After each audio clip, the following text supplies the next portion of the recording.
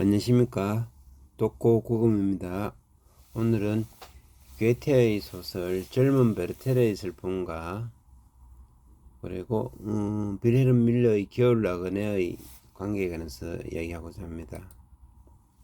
젊은 베르테르의 슬픔, 괴테의 저서인데 예전에 읽었던 거 아마 어릴 적에 읽었지 싶은데 워낙 오래돼서 대강만 알고 베르테르가 자살했다는 사실만 알고 그 외에는 디테일하게 생각나는 게 없습니다.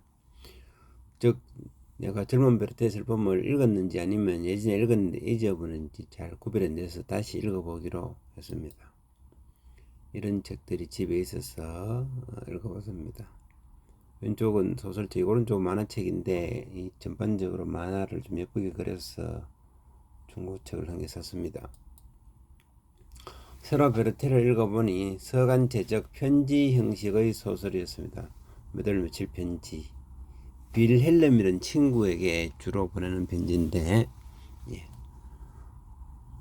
그 내용이 아마 기억 속에 오래되어서 그런지 왜곡되었는지 잘못되었는지 상당히 다른 듯한 느낌도 가지고 있습니다.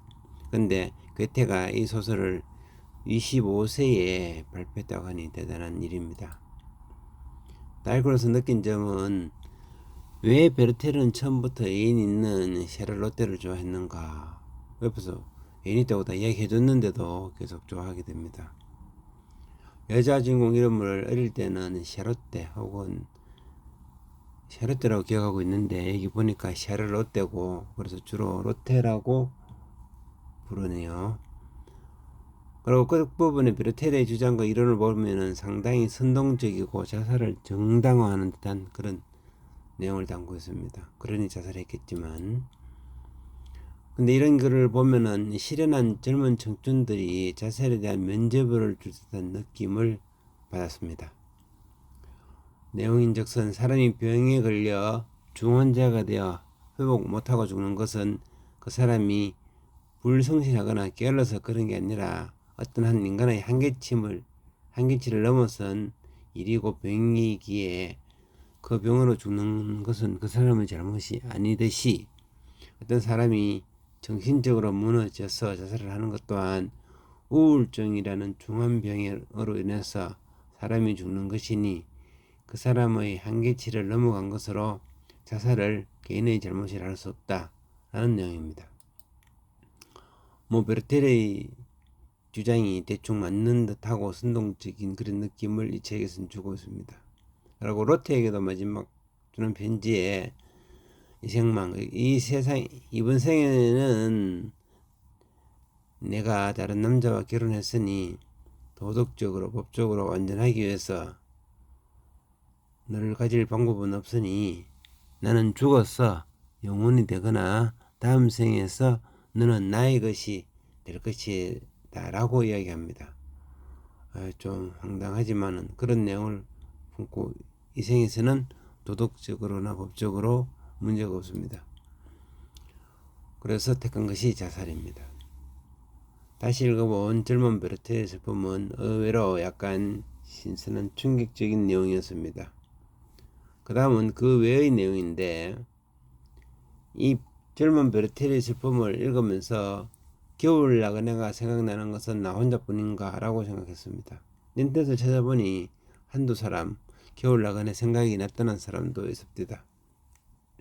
내용 초반에 1772년 5월 9일 편지에 고향 방문 후 보리수 이야기가 나오는데 보리수 아래에서 옛날 어린 시절을 회고합니다. 그리고 동네에 가까이 와서 나딕은 하나하나의 인사를 보냈다라고 합니다. 요 하나하나의 나딕은 하나하나가 그 슈베르트에 가고 겨울 나그네를 보면은 5번 곡이 보리수입니다. 그리고 그래서 방금 말한 그런 거와 내용이 비슷합니다. 첫 번째 곡이 이제 안녕 밤에 떠나가면서 굿나잇 하고 있습니다. 그 다음에 하나하나 나딕은 풍량기 냇물 그 다음에 도깨비불 이런 거에 관해서 이야기하고 있습니다. 이 베르테르가 보는 나딕은 하나하나와 시인의 아까 그런 내용을 다 유추해서 초과했을 수도 있습니다. 그다음에 뭐 변마차, 까마귀, 뭐 이정표, 제일 겉으로 거리의 약사 이런 것들이 아마 시인에 의해서 초과된 듯합니다. 특히 그 1770년 12월 12일 편지에는 노래 6번 넘쳐 흐르는 눈물의 내용을 생각나게 합니다. 12월인데 갑자기 눈이 녹아내려 강물이 범람해서 강마다 물이 넘치고 발하임 동네 아래 그리운 골짜기가 물에 잠겼다. 그래서 넓은 골짜기가 거친 바다로 변해 있었다. 이 눈이 많이 내리는 지역에는 가끔 빙하댐이 터져서 저런 일이 발생하기도 합니다. 며칠 전에도 인도에서도 히말라야 산에 있는 빙하댐이 터져서 저런 일이 발생했습니다. 그 넘쳐흐르는 눈물의 가사 내용입니다. 네, 이거는 비가 사건을 만드는 게 아니고 내가 너무 슬퍼서 눈물을 많이 흘려서 눈에 떨어지면은 그것이 녹아서 얼음이 조각나고 눈이 녹아서 물이 흘러서 내가 사랑하는 그녀의 집 앞에 가겠지라는 것인데 얼른 생각하면은 위험합니다. 눈이 녹아서 빙하댐이 터지면은 홍수가 일어납니다. 빌hel름 밀러의 시에는 뭐 그 정도 표현한 거 아니지만은 나쁘게 생각하면은 눈이 녹아서 동네까지 간다는 것은 눈이 녹아서 홍수를 이렇게 동네를 뭐 어찌 덮었다 이런 이야기입니다. 우리 고등학교 때 배울 때는 지금처럼 제목이 넘쳐 흐르는 눈물이 아니고 그때는 홍수였습니다. 나중에 홍수를 찾아보니 절대로 제목이 없어서 이 6번이 넘쳐 흐르는 눈물이 홍수라는 것을 알기까지는 상당히 시간이 걸렸습니다. 겨울 나그네의 시인인 빌헬름 밀러는 누구냐면은 독일인의 사랑으로 유명한 저자 막스 밀러의 아버지라고 합니다. 근데 괴테가 1749년 생이고 1842년 사망했는데 빌헬름 밀러는 1794년 태어나서 1827년 오래 못 살았습니다. 한 33살. 그 다음에 슈베르트는 1797년에 태어나서 1828년. 슈베르트는 또 적게 살게 됩니다. 그러니까 괴테가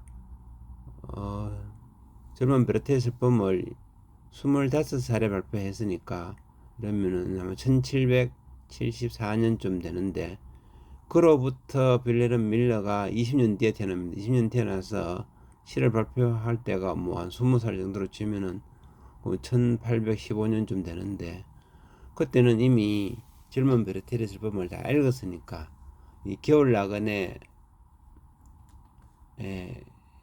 시를 지을 때 아마 그 내용을 자기도 모르게 아마 같이 베르테의 심정으로 아마 시를 지었을 것이라고 이번에 읽어보면서 생각이 들었습니다.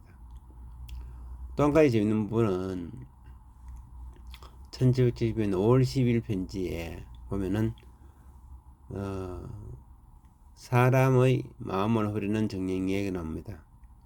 시내 입고 있는 셈에 느낌상 물의 요정 멜루지네와 그 자매들이 물에 이끌리듯이 나는 그 섬에 끌려가고는 한다네 이런 내용이 나옵니다. 여기서 말하는 물의 요정 멜루지네, 물 가까이로 사람을 특히 남자를 유혹하는 요정입니다.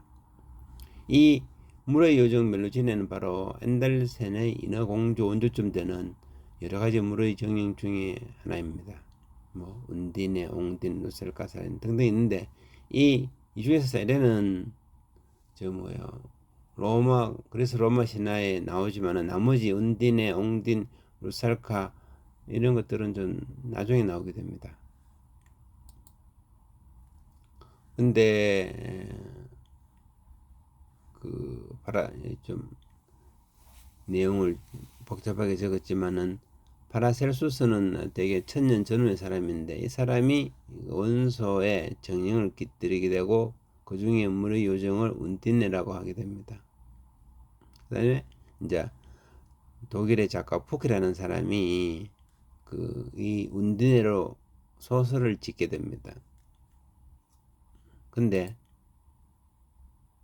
이 푸케가 진 소설은 이 괴테의 멜루치네보다 늦게 됩니다. 이 운디네의 그림 물의 요정, 푸케가 진 소설의 운디네, 그 다음에 요거는 또 다른 운디네입니다.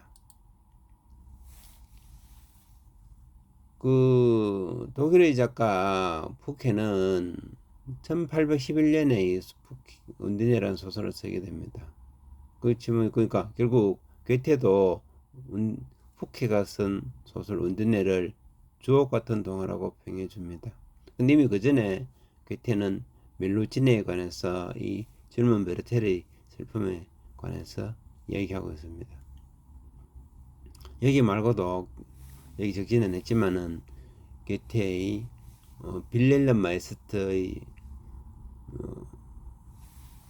그 수업 시대에 보면은 새로운 멜로지네라고 해서 자체가 아예 한 편의 그 소설 속의 작은 소설이 하나 있습니다. 그러고 이제 또 이 젊은 베르테르 슬픔을 읽어보면은 시인 클리프 시토트와 오시안 등을 알게 됩니다. 클로프 시토트 시인은 나중에 작곡가 말러의 교향곡 2번 부활에 영감을 주었다고 합니다. 소설 속에서는 로테와 베르테르의 연애의 시작의 암호 신호로 해석하는 독자들도 있는 듯합니다. 물론 소설 속에서도 베르테르는 그렇게 느끼고 있습니다. 책에 그녀는 자기 손을 내 손 위에 얹으며 시인 클로프 슈토크 말이에요. 이 말하는 순간 베르테르는 어떤 감정을 느끼게 됩니다. 우리가 흔히 손 잡는 심쿵 장면으로 제일 유명한 것은 이 영화 연인, 인도네시아, 인도 차이나 반도에 있는 을 주제로 하는 영화입니다.